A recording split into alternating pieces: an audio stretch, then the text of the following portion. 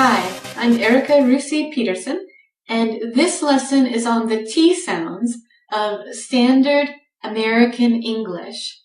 The T sounds are important because they represent a big difference between American English and British English. So let's go over each of the T sounds and then practice with just a couple words in this introduction. The letter T has 5 sounds. It can sound like T, D, a quick D sound. It can be silent. It can sound like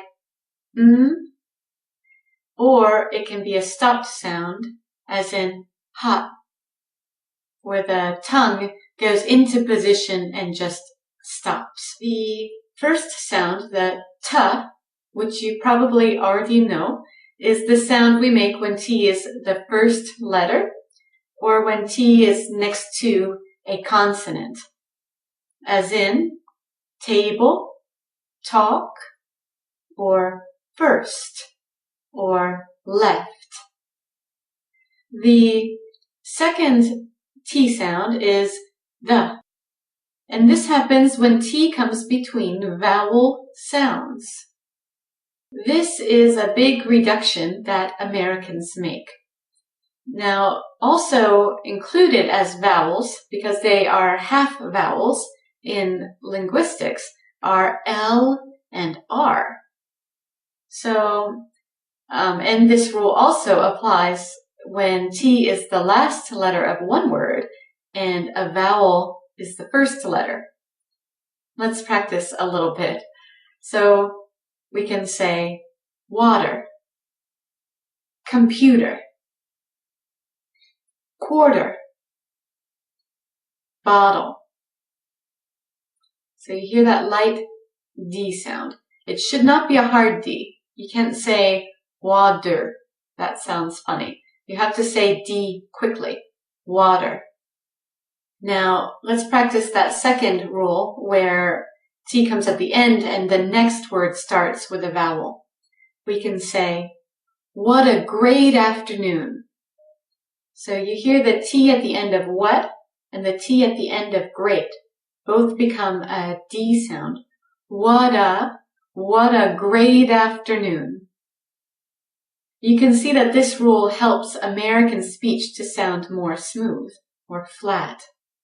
So this rule is standard American. It's not informal. You'll hear speakers in public saying water.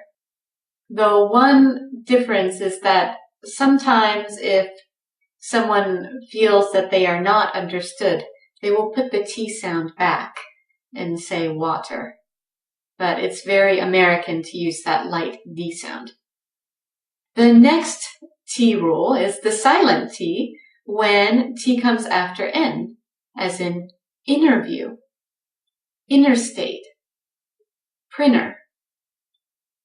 This rule is informal, and we use it when we are in workplace or easy known situations, and we usually put the T back when we are in formal situations.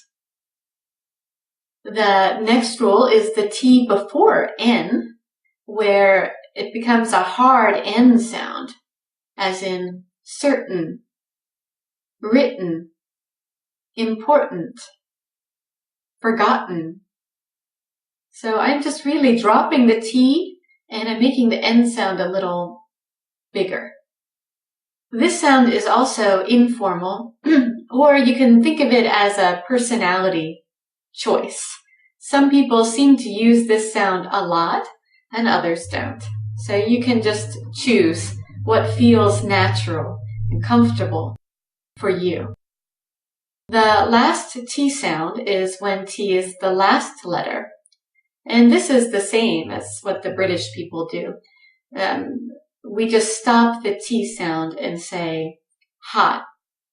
So the tongue goes into position, but the air doesn't pop out. Let's practice. Hot, cat, fat, great, So if you are speaking in public, a lot of times people will bring that T back a little bit, but it won't be a large T sound. It might be hot, cat, fat, great. Just a small air coming out.